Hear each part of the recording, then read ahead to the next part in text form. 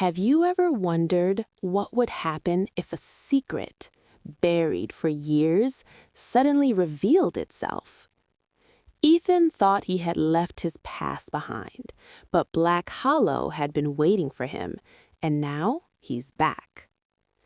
Hi, I'm Gia, and in today's story, we'll explore a place where secrets, guilt, and regrets have been hidden for years, and now they're coming to the surface. Sign that presses against your ears until you become aware of your own breathing, your own pulse. It sat heavy inside the car as he slowed near the rusted sign that read, Black Hollow, Pop 312. The letters were faded, bullet-pocked, as if the town itself had been used for target practice and forgotten. Rain had started again, not a storm, just a steady, patient drizzle tapping against the windshield like a question that refused to be ignored. Ethan hadn't planned to come back.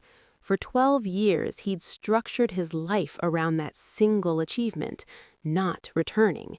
He'd moved cities, changed jobs, learned how to introduce himself without mentioning where he was from. Black Hollow had become a thing he kept folded and sealed, like a letter he refused to open.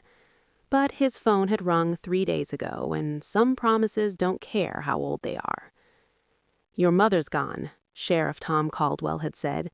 His voice hadn't changed, still calm, still tired, still carrying the weight of a town that never slept right. "She left something for you, said it was important." Ethan drove past the sign and into the town proper, if it could be called that. One main road, a gas station with flickering fluorescent lights, a diner that looked closed even when it wasn't. Houses leaned inward, porches sagging like tired shoulders. Everything felt smaller than he remembered, or maybe he'd just grown used to wider spaces. He parked in front of his childhood home just as the rain began to fall harder. The house stood alone at the edge of town, where the pavement gave way to dirt and the woods crept close enough to touch the windows. 2 stories, peeling white paint. The porch light was on. That stopped him. No one should have been there. Ethan sat in the car longer than necessary, fingers resting on the steering wheel, knuckles pale. The porch light hummed faintly, drawing moths into its weak orbit. The front door was closed, but not locked. He could tell by the way it sat in the frame, slightly misaligned. The woods behind the house were darker than the sky, tall pines pressing together like conspirators. He remembered being told over and over not to go in there alone. He remembered ignoring that rule once. He stepped out of the car, rain soaking into his jacket immediately. The air smelled like wet earth and old leaves. As he climbed the porch steps, one of them creaked sharply beneath his weight, the sound snapping through the quiet. "Hello?" he called, though he didn't know who he expected to answer. No response. Inside, the house was colder than it should have been. The heater was off. The familiar smell of dust and wood polish hit him all at once, dragging memory behind it like a hook. The furniture was covered in white sheets, except for the armchair by the window. His mother's chair. Ethan stood there, rainwater dripping on the hardwood floor, and felt something tighten in his chest. She used to sit there every evening, facing the woods instead of the TV. He asked her once, why? "Because some things don't like to be ignored," she'd said. He hadn't understood then. He wasn't sure he wanted to now. A man stepped out of the kitchen. Ethan flinched before recognizing him. Tom. Sheriff Tom Caldwell looked older, thinner. The lines around his eyes were deeper, carved by years of sleepless nights. He wore his uniform even off duty, like taking it off might let the town slip through his fingers. "You made it," Tom said. "I was starting to think you wouldn't." "I almost didn't." They stood there, facing each other across the living room, both aware of everything they weren't saying. Tom glanced at the floor where Ethan stood, at the wet footprints forming behind him. "You should sit. This won't be quick." Ethan didn't move. "What did she leave me?" Tom hesitated. That alone set Ethan's nerves on edge. "Not here," Tom said, finally. "She told me to wait until you came back, said you'd need context." Ethan let out a breath he hadn't realized he was holding. Context for what? Tom reached into his jacket and pulled out a small object wrapped in a handkerchief. He didn't offer it yet. "Before I show you," he said, "I need to know something. Did your mother ever tell you why your brother disappeared?" The question hit like a physical blow. Ethan felt his mouth go dry. "You know she didn't. You were there. Everyone was." Tom nodded slowly. "She told me something different about a year ago." The rain drummed louder on the roof, as if the house itself was listening. Ethan swallowed. "Where is he, Tom?" Tom didn't answer right away. He walked to the armchair by the window and pulled the sheet off it, revealing the worn fabric beneath. The indentation where his mother had sat was still there, shaped by years of habit. "She said," Tom began, "that some doors don't open right away, that some of them wait." Ethan shook his head. "That doesn't mean anything." "It does here." Tom finally held out the object. A key. Old, iron, heavy for its size. Symbols were carved on the bow, scratches that looked almost deliberate. "She said this belonged to you, said you'd know when to use it." Ethan stared at the key. His hand trembled as he took it. A memory surfaced uninvited. The basement door. The one that had been nailed shut after his brother vanished. The one no one talked about. "No," Ethan said quietly. Tom met his eyes. "Your mother believed he's still alive." Silence swallowed the room. "That's impossible," Ethan whispered. "They searched for months." "They searched where it was safe to search," Tom replied. "Your mother thought they stopped too soon." Ethan laughed, a sharp, brittle sound that surprised even him. "You're telling me she spent her last year believing a ghost story?" Tom's jaw tightened. "You're telling me she spent her last year afraid you wouldn't come back." Ethan closed his fist around the key. It felt warmer than it should have. Outside, the rain slowed, easing into a mist. Somewhere in the woods, something moved, branches shifting, leaves whispering against one another. Ethan turned toward the window, toward the dark line of trees pressing close to the house. For the first time since he'd crossed the town line, he understood something with aching clarity. Black Hollow hadn't been waiting for his mother. It had been waiting for him.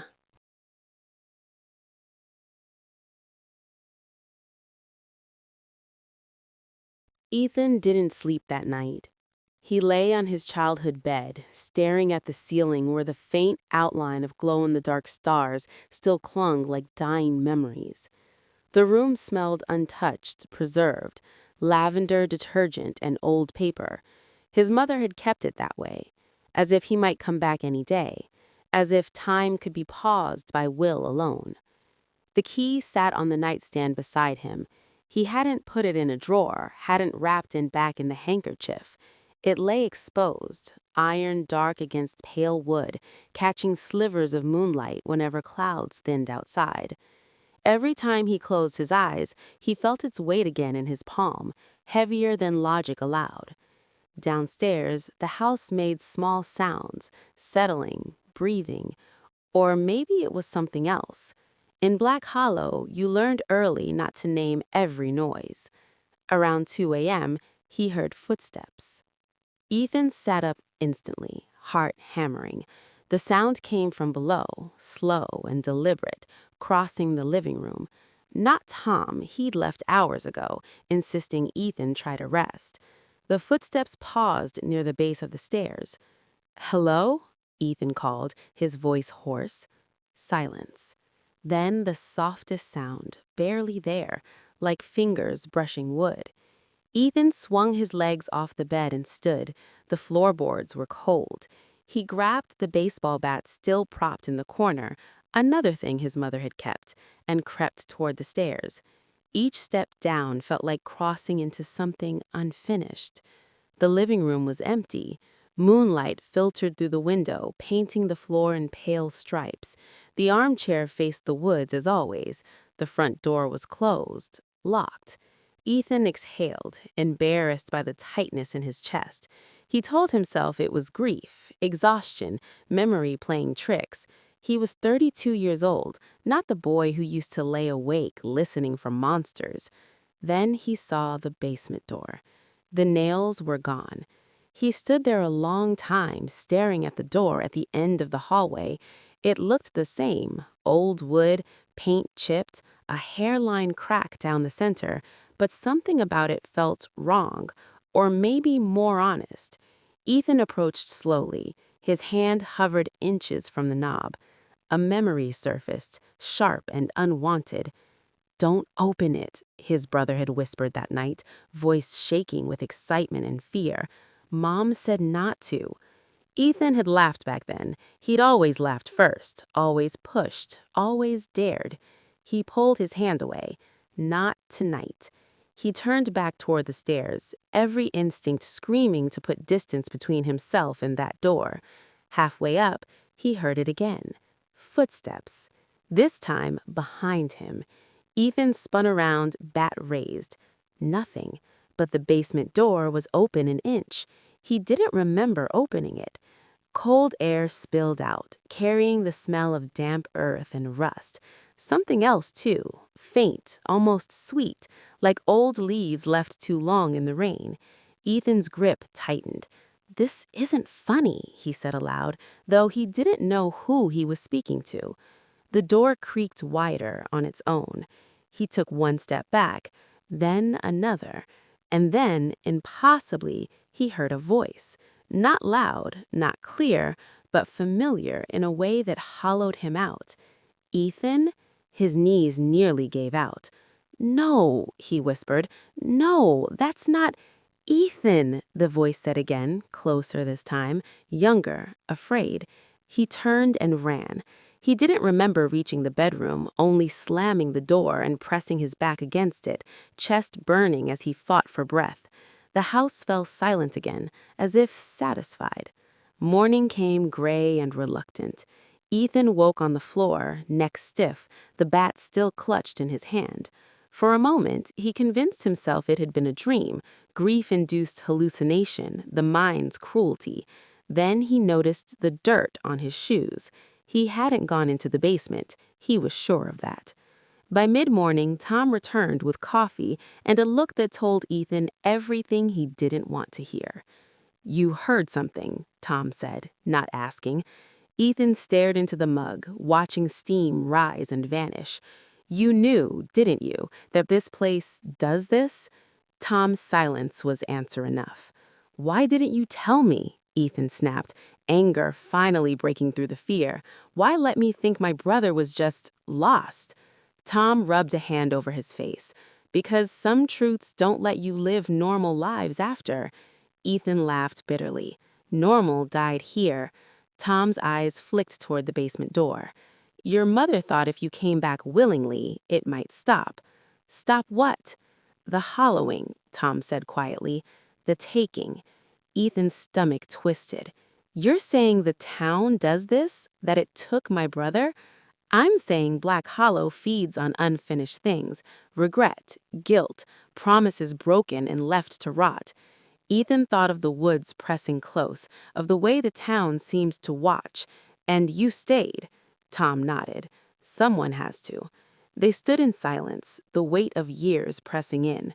Finally, Ethan asked, "What happens if I use the key?" Tom didn't answer immediately. When he did, his voice was barely above a whisper.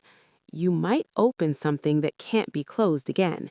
Ethan looked at the basement door, at the woods beyond the window, at the life he'd built far away, suddenly feeling thin and fragile.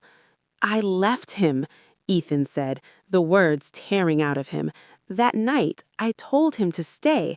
I walked away." Tom met his gaze. "Then the Hollow knows your name." Ethan closed his fingers around the key in his pocket. For the first time since returning, he didn't look away. "Show me where he disappeared." Tom hesitated, then nodded. Outside, the woods waited, patient as ever. The woods behind the house looked thinner in daylight, but that only made them worse. Sunlight filtered through the branches in narrow, slanted bands, never quite touching the ground. The air beneath the canopy was dim and damp, heavy with the smell of moss and rot.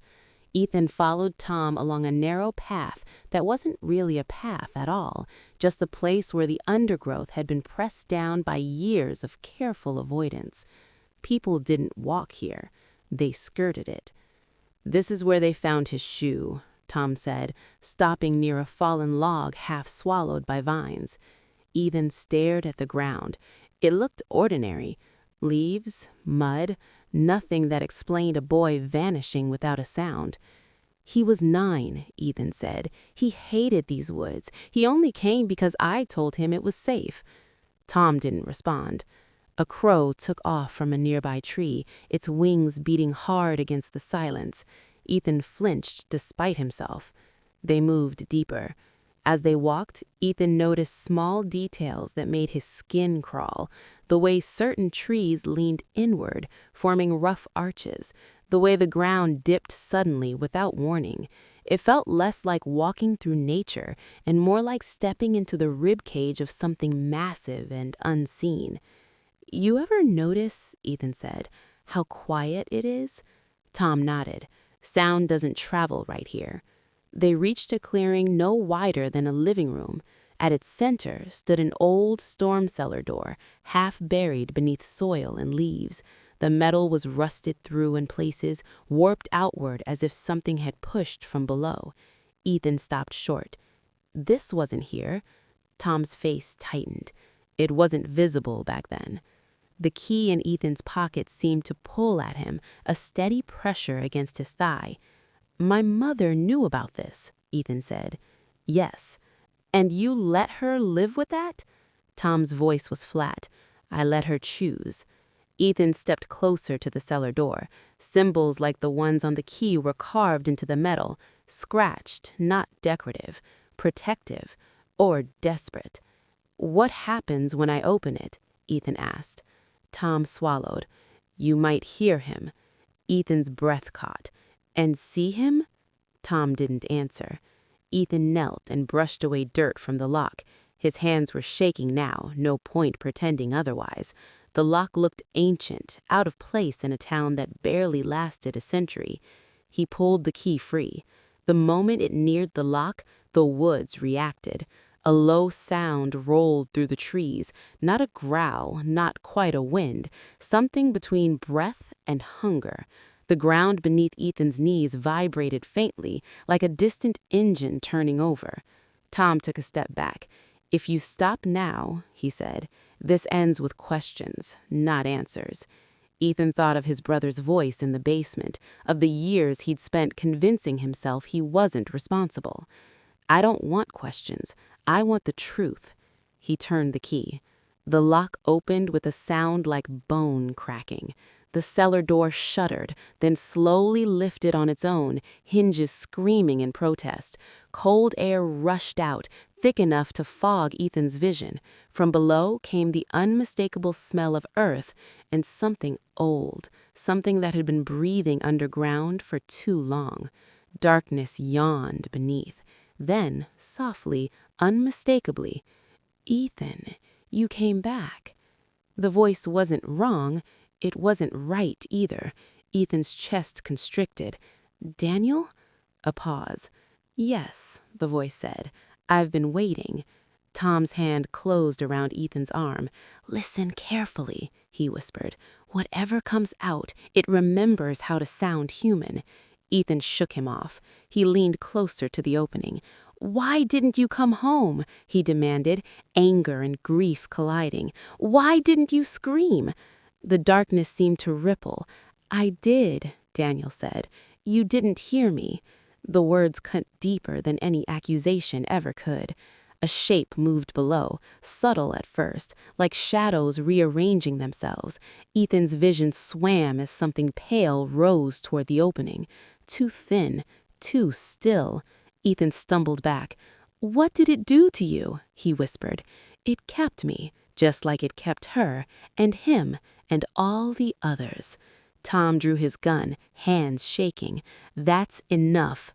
The thing paused, considering. Then it laughed. The sound was wrong, layered, echoing like several voices trying to share one mouth. You can't kill what feeds the hollow, but he can close it. Its gaze fixed on Ethan. He owes us. He left. Ethan felt the weight of the truth settle into his bones. Black Hollow hadn't taken his brother by chance. It had taken him as payment, and now it wanted interest. The ground beneath them began to tremble more violently. Cracks split the earth around the clearing, roots snapping like brittle fingers. The woods leaned closer, branches scraping together in anticipation. Tom shouted something Ethan couldn't hear over the rising roar. All Ethan could hear was his brother's voice, soft and pleading, layered over something ancient and starving. "Stay with me," it said. "This time, don't walk away." Ethan closed his eyes. For the first time in 12 years, he understood the shape of the choice in front of him and knew that whatever he decided, Black Hollow would never let him leave unchanged. Ethan's eyes snapped open. The cellar gaped beneath him like a wound in the earth, darkness pooling inside, swallowing light and reason alike. He could feel it, something alive, patient and hungry, stretching upward from below, smelling his fear. "Daniel!" he called, voice breaking. "I'm here!" The voice that answered wasn't quite human. Layered, fractured, familiar yet alien. "Why did you leave me?" Ethan's chest tightened. The words stabbed him like knives coated in memory. 12 years of silence, guilt, and absence pressed down. He wanted to speak, to explain, but his throat was clogged with shame. Tom grabbed him again. "Ethan, back!" he shouted, pulling him from the edge. "You don't know what—" But Ethan tore free. He had to see. He had to confront it. He climbed down the narrow steps into the cellar, rainwater dripping from his soaked jacket onto the stone floor. The smell was overpowering. Earth, rot, something metallic. Every instinct screamed at him to stop, to turn back. A faint light shimmered below, pale and pulsing, like the lungs of the earth itself. The shadows twisted around it, and inside the swirl of darkness, he saw the shape of his brother. Thin, pale, eyes too big, too bright, yet unmistakably Daniel. "Daniel," Daniel said, voice trembling, fragmented by whatever had kept him here. Something moved behind Daniel, darker than shadow, taller than any man. It exhaled, a sound like gravel sliding. Ethan didn't see its face, only its intent. It coiled around Daniel, and the boy flinched, like a bird trapped under a hand. "Leave him!" Ethan shouted, stepping forward, bat raised. But the darkness reacted. The air thickened, heavy, pressing against him as though the cellar itself rejected his presence. Daniel reached toward him. "You can close it!" The words were barely audible over the hum of the hollow. Ethan's mind raced. He remembered the stories his mother had whispered. The hollow feeds on unfinished things, regret, guilt, broken promises. If he had left Daniel then, had walked away, it had grown stronger, fed on that abandonment. He remembered the key in his pocket. The key, the object his mother had left him, heavy and cold against his palm, etched with symbols he didn't understand fully, but felt instinctively. He dropped to his knees, pressing it against the lock embedded in the floor of the cellar. The iron bit cold into his skin. He turned it. The sound was immediate, a scream, not Daniel's, not his, but something belonging to the hollow itself. The air shivered, the darkness recoiled, curling in on itself, twisting, screeching. Daniel's form flickered like a candle in wind, and Ethan grabbed him. His hands were thin, trembling, but warm. "Hold on, Daniel, I've got you!" Ethan cried. The hollow roared, a sound that seemed to come from everywhere and nowhere, shaking the cellar walls. Ethan felt the floor tremble beneath him. Roots and dirt ripped from the walls, branches of darkness clawing for him, but the key, pressed against the lock, held. Then, silence. It was sudden, unnatural, complete. The cellar stilled. Daniel sagged against him, exhausted but alive. Ethan pressed his forehead against his brother's wet hair, trembling, unsure if he was awake or dreaming. Tom appeared at the top of the steps, breathing hard, gun lowered. "Is it?" Ethan nodded weakly. "It's gone for now." Daniel's eyes, wide and unblinking, met Ethan's. "You came back." "I didn't leave you this time," Ethan said. For a moment, they stood there in silence, the weight of 12 years settling around them like dust. Outside, the rain had stopped.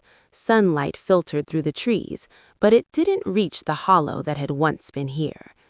Ethan realized the truth then. Black Hollow didn't forgive. It waited, it tested, and it remembered. But so did he. He held his brother close. The choice had been made. The cost was high.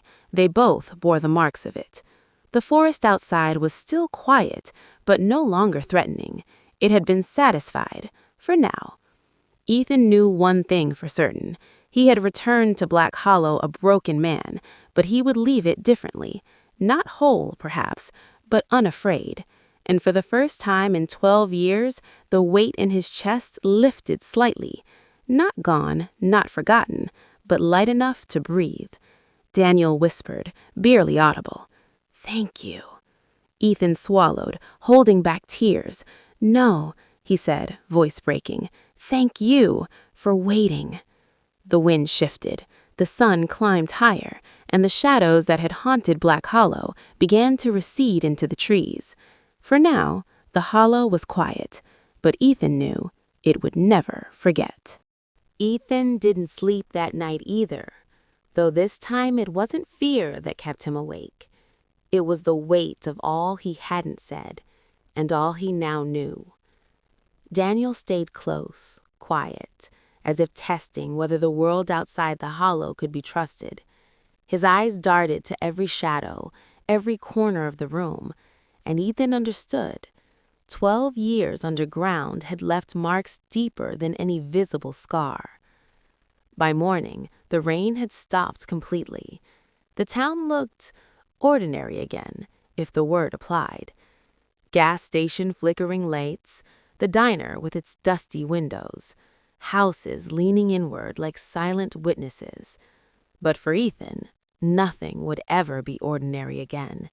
He carried the hollow in him now, in small, invisible ways, the twitch of a shoulder, the lingering glance toward the woods, the knowledge that some doors, once opened, never fully close. Tom met them at the edge of the woods. He looked older, thinner, more worn than ever. He didn't speak immediately, only watched as Ethan guided Daniel past the wet undergrowth and toward the road. "You kept him alive," Tom said, finally. "For 12 years. That's more than I could have hoped for." Ethan nodded, glancing back toward the dark line of trees. "It wasn't me alone. It was the key, and she knew I'd come back eventually." Tom's gaze shifted, almost as if weighing the right words. "Your mother, she understood Black Hollow in ways none of us do. She knew it wasn't just a place. It was a mirror, a test, a reckoning." Daniel finally spoke, voice hoarse but steady. "Why didn't anyone save me?" Ethan knelt beside him. "We tried, Danny, but some things can't be fought with hands or words. You survived because you never stopped believing, and because I finally came back." Daniel's eyes softened, the first real warmth Ethan had seen in them in 12 years. but there was still something in them, a shadow of what he had endured, a lingering echo of the hollow that had shaped him. The three of them walked slowly back to the house. Ethan knew this wouldn't be the end. The hollow would leave its marks, its whispers, its subtle fears. But for now, the weight had lifted enough to take a first breath. Inside, Ethan set the key on the kitchen table. He didn't hide it, didn't wrap it. It was a reminder, a warning, and a promise. Daniel touched it lightly, then met Ethan's eyes. It's still heavy. Ethan smiled faintly. Yeah, some things never get light, but at least now we carry them together. Outside, Black Hollow seemed ordinary again, but Ethan knew better. The trees still leaned close, the wind still whispered secrets, and somewhere, deep beneath the earth, the hollow waited. Not malevolent, but patient, hungry, eternal.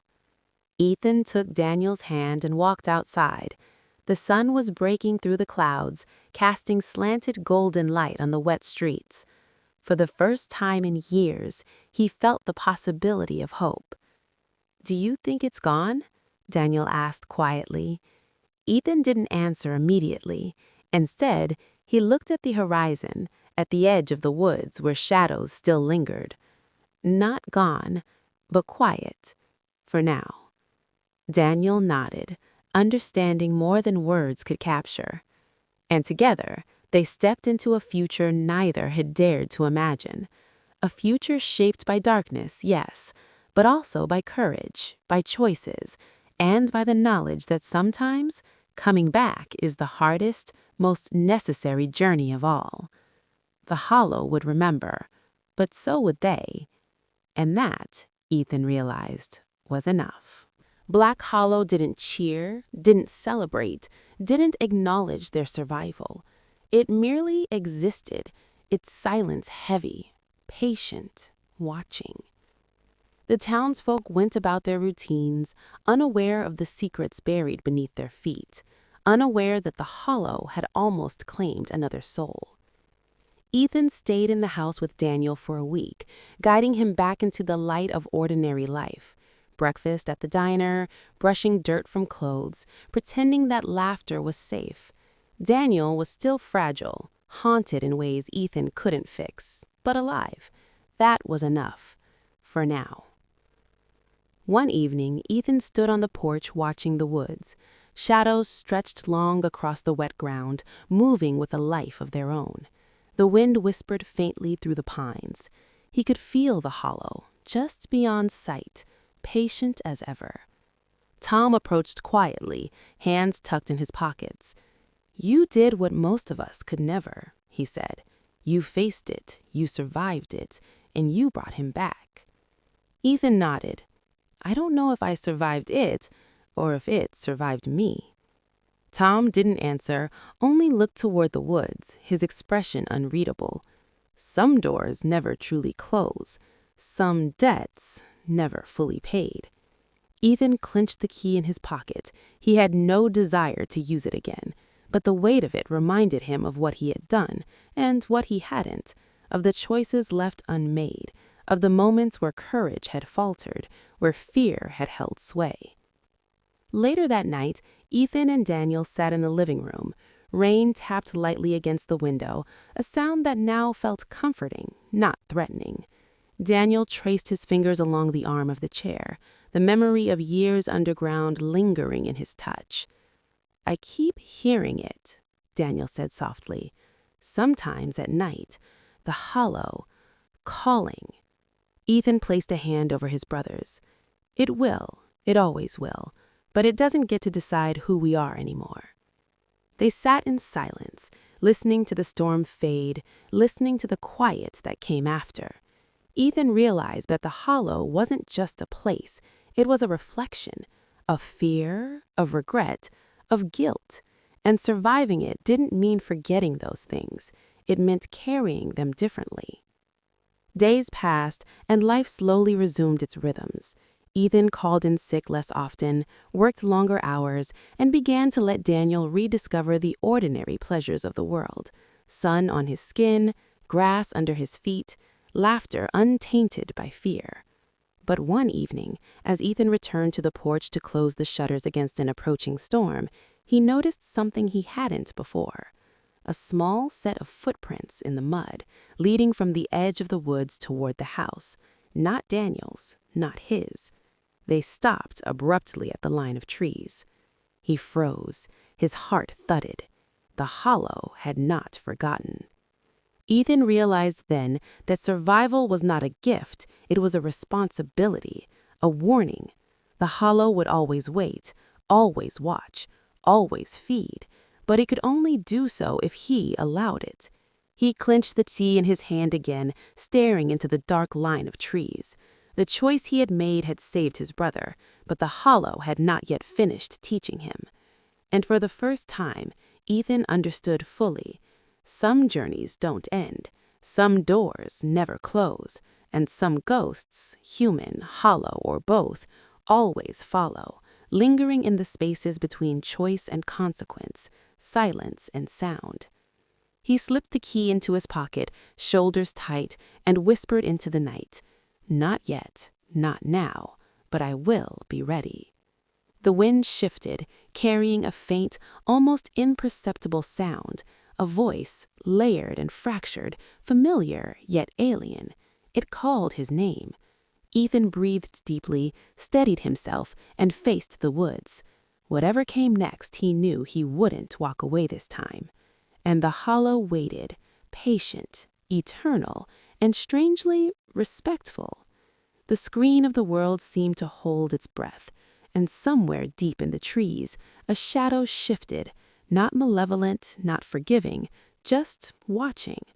Ethan and Daniel stood together.